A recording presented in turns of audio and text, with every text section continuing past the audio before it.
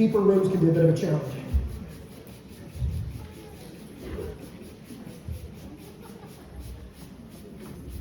All right, as I stated earlier, we want to cut the top first. Let's explain why. The purpose of cutting the top of the haircut first, we can scale it out and section it, or consider it, the word that I chose to use.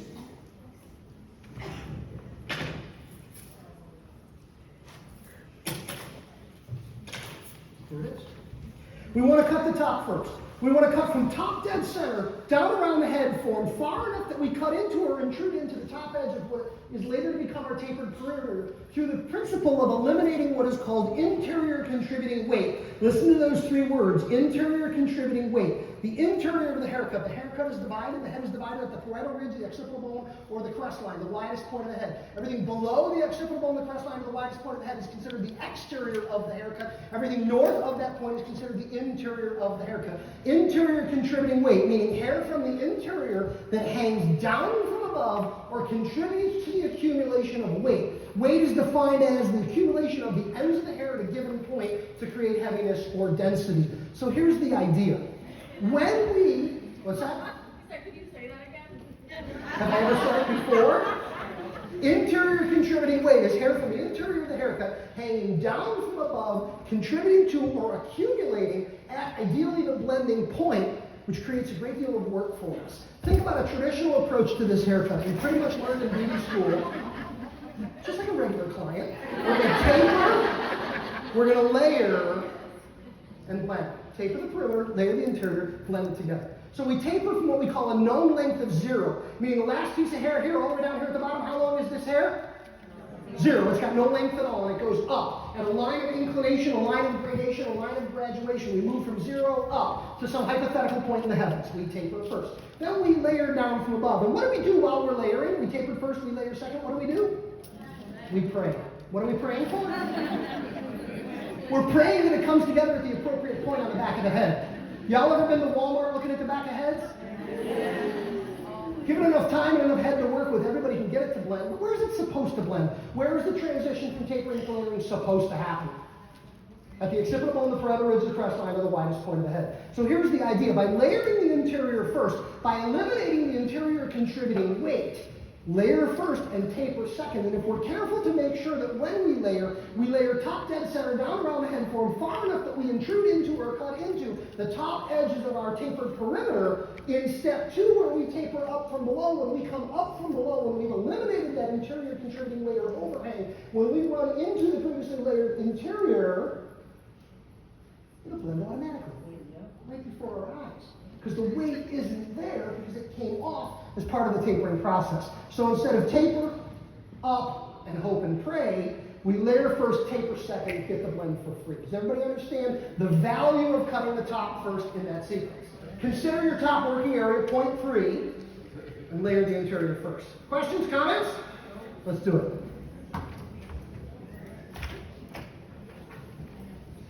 Now, you've got a number of different ways that your system sections the interior. I'm not here to debate those, nor am I, or challenge you on any of those. Do what works. In my case right here, I'm going to take a section at the top of the head.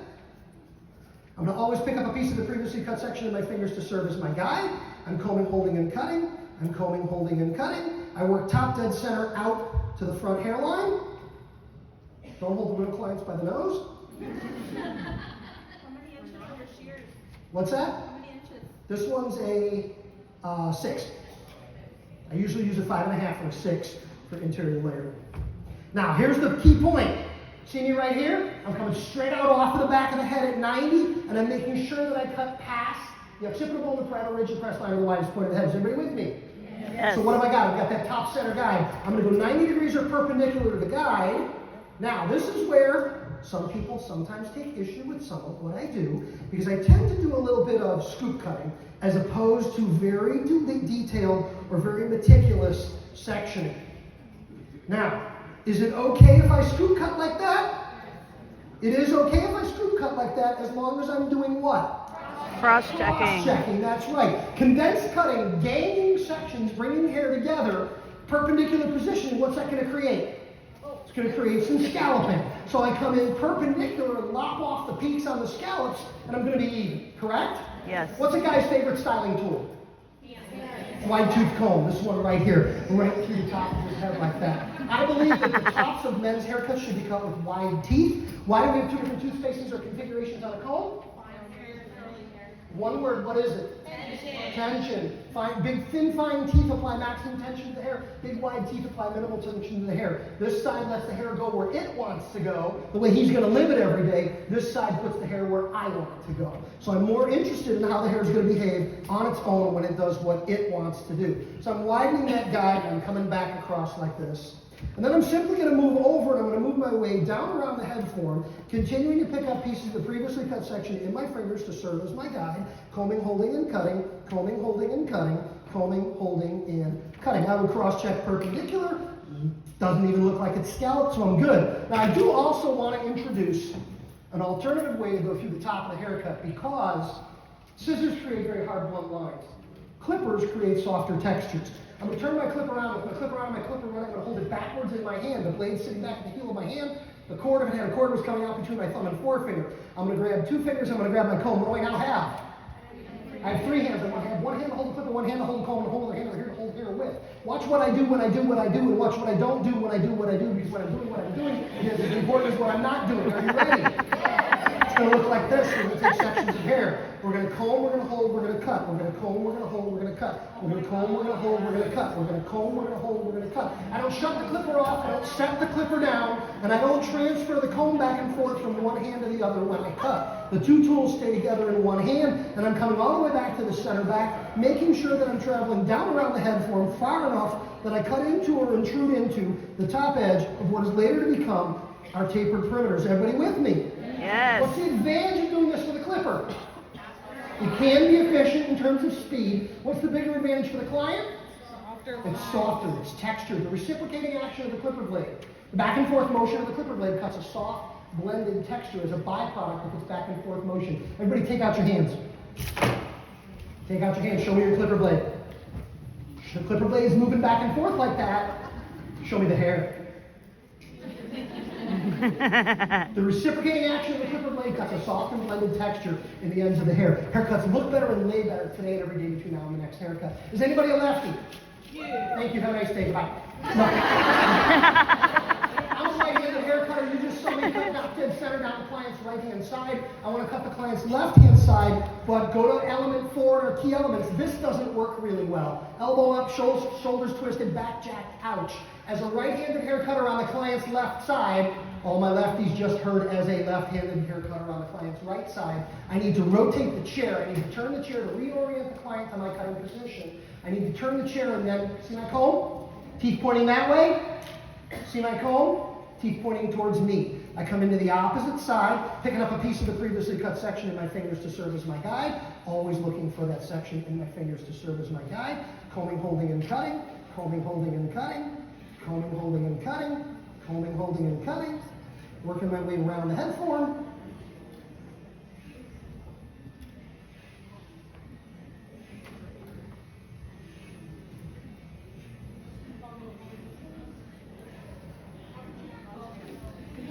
Cross-check it perpendicular. If you cut it vertically, cross-check it horizontally. Check your work.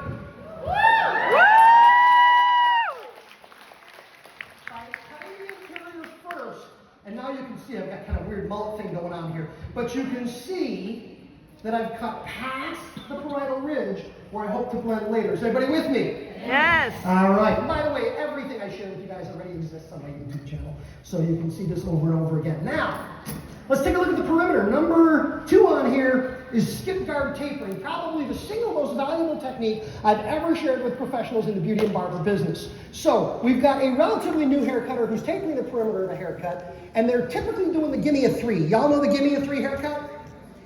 Y'all know the gimme a 3 haircut? What is the gimme a 3 haircut? Gimme a 3. Hit them on the back and sides with a 3. Scissor cut the top, blend it together, 2 sideburns, over the ears, square the nape, slap some gel, send them home. Good haircut? Is that a good haircut?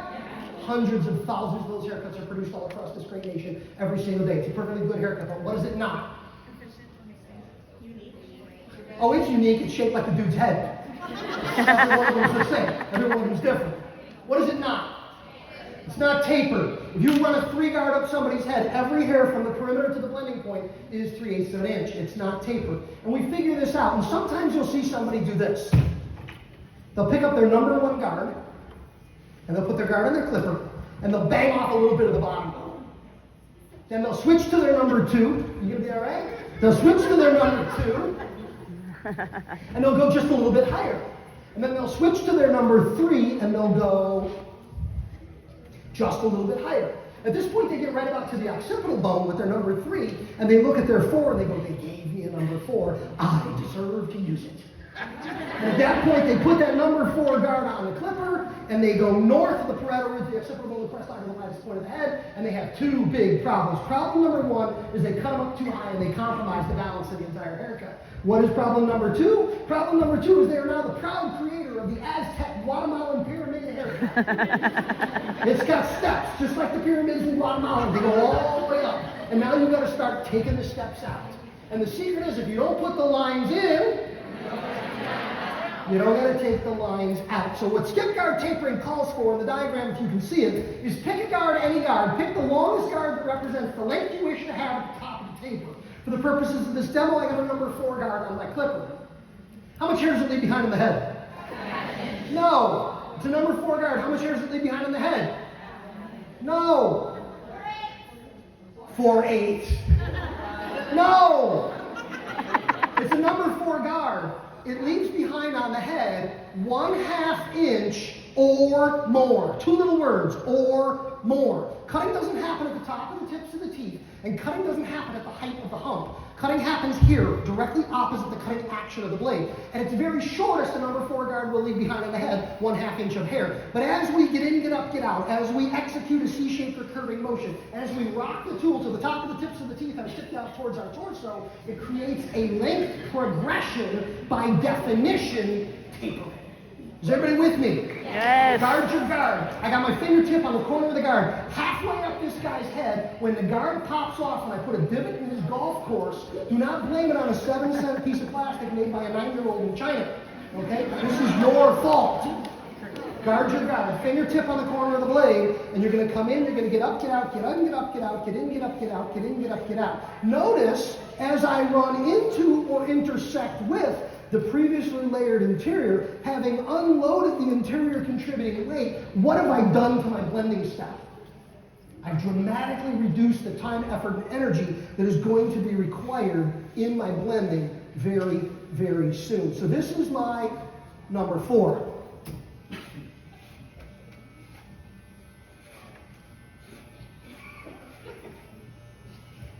It's a mannequin, it's not real, so it doesn't exactly mimic what we do. But I've used my 4. Watch me now. I've used my 4, I skip my 3, and I pick up my 2. It's called skip, guard, tapering. Use 1, skip 1, use 1. I used my 4, I skipped my 3, I picked up my 2. It's a number 2 guard. How much hair does it leave behind on the head? I heard the or more, 1/4 inch or more. We're going to go about half as high as we did with the previous guard. We're going to tighten up our C-shaped or curving motion. What was previously a capital C is now a little lowercase c. Rock it out, rock it out, rock it out, rock it out. Notice my finger, guard your guard, all the way up. Rock it out, rock it out, rock it out, rock it out. I use my 4, I skip my 3, I use my 2, I rock it out. And where my 2 blends up into my 4, I have a nice, smooth, even transition. No line, no ledge, no step, no ridge, no mark, no jump, no bump. Right? What if it doesn't work? What if I use my 4 and I skip my 3 and I use my 2 and I rock it out? What if in between my 2 and my 4 I have some form of weight or demarcation? Whatever will I do? 2.5. No! You go to the guard you skipped. You pick up the 3. By not using 2 neighboring guards, by skipping 1, you have the opportunity to go back. All I will do now is use my 3 guard to address the transitional demarcation. Boom, I'm good.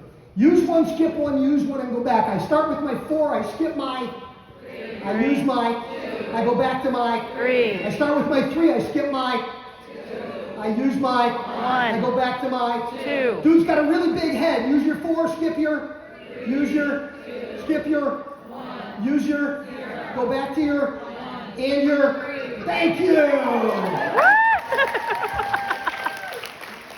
Now I shared this at a show one time and somebody went, ooh, odds and evens. I went, holy crap! If you cut with your evens, you blend with your odds. If you cut with your odds, you blend with your evens. And it makes perimeter tape true tapering using snap-on attachment guides or guards, lickety split. Is everybody with me? Yeah. Stop! Halfway through the haircut, we're now going to jump to lining and edging in point number 3. Now here's the deal.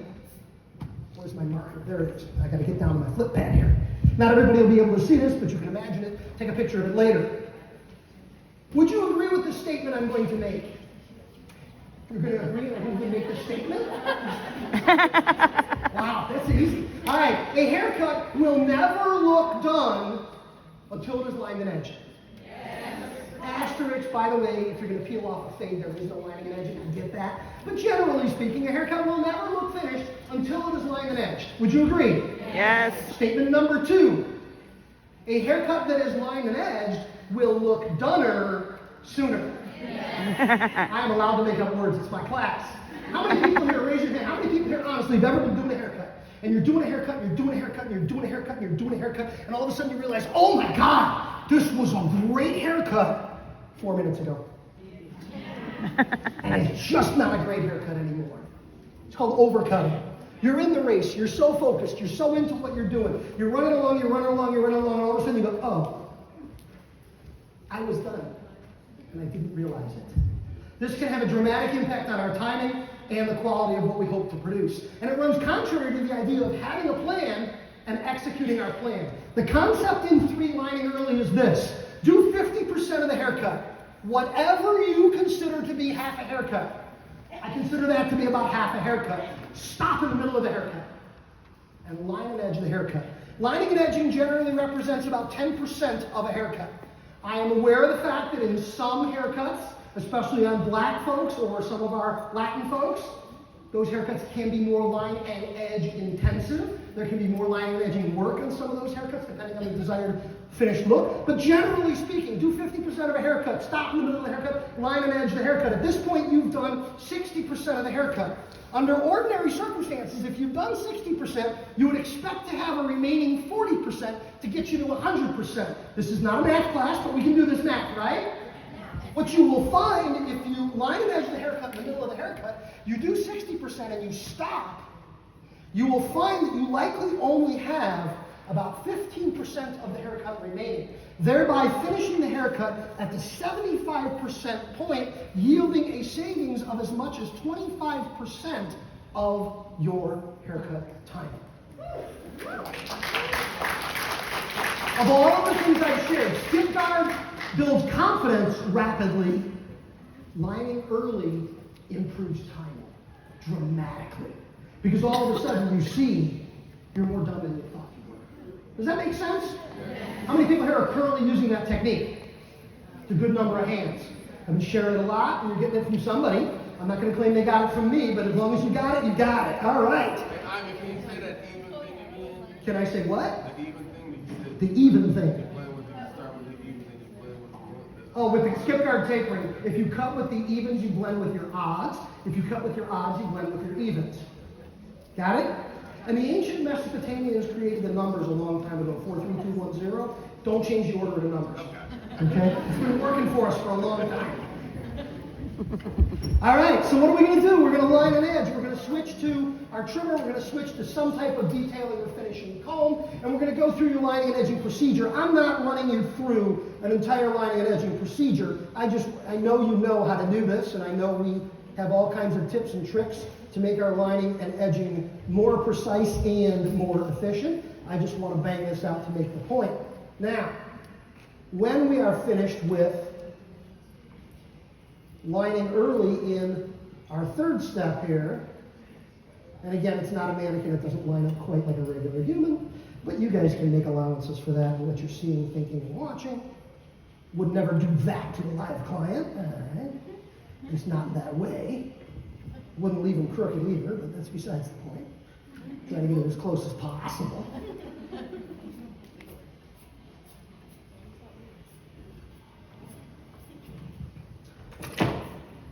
Number 4.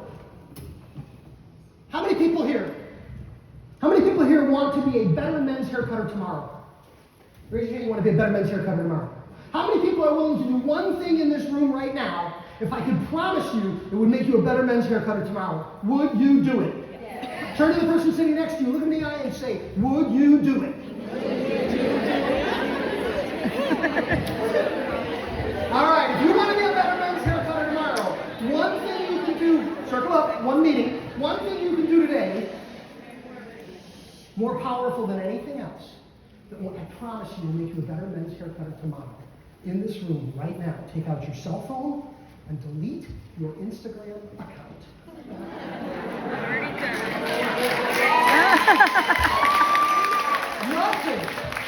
Nothing will make you a better men's haircutter quicker and faster than to stop watching bad men's haircutting examples on social media. Now, I can't say that without backing it up, so now I'm going to back it up. I want everybody to take out a quarter. Not a real quarter, take out a pretend make-believe quarter. If you're a right-handed haircutter, I want you to hold the quarter by your edges in your left hand. It's going to look like that. Quarter by the edges. You got a $50, give me a quarter. You got a nickel. With tree fingers up in the air. I'm from Chicago, them are tree fingers. Put tree fingers up in the air. Now you're going to take your clipper comb and you're going to insert it in your thumb and forefinger like that, as though you were holding a quarter by the edges. You're going to tip the handle in until it strikes your palm, and you're going to make a fist with 3 fingers. Because this allows you to do this.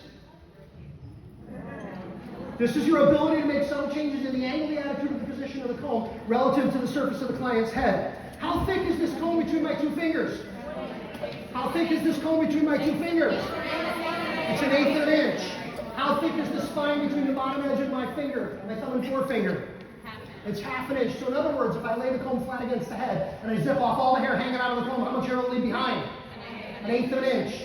If I insert the comb, tip it out, roll it back to the point where the spine is 90 degrees or perpendicular, how much hair will it leave behind? 1/2 inch. In other words, flat leaves me 1/8, perpendicular leaves me 1/2. 1/8 to 1/2. 1/8, quarter, 3/8, 1/2.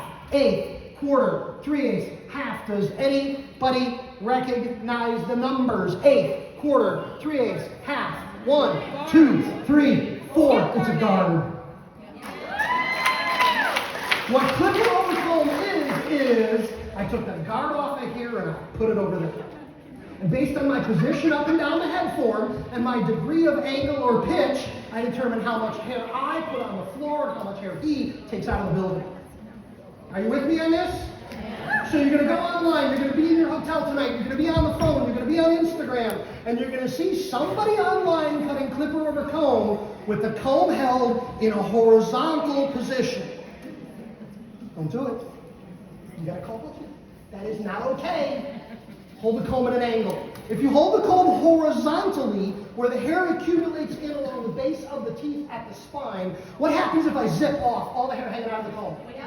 We get a nasty step ledge ridge weight line demarcation. By holding the comb with my thumb and forefinger and dropping the nose of the comb, handle up, nose down, by coming in at an angle and rolling the comb, I know that the top of that tapered edge was a 4 guard, and I'm running into, that is all the blending I need on the entire side of the haircut.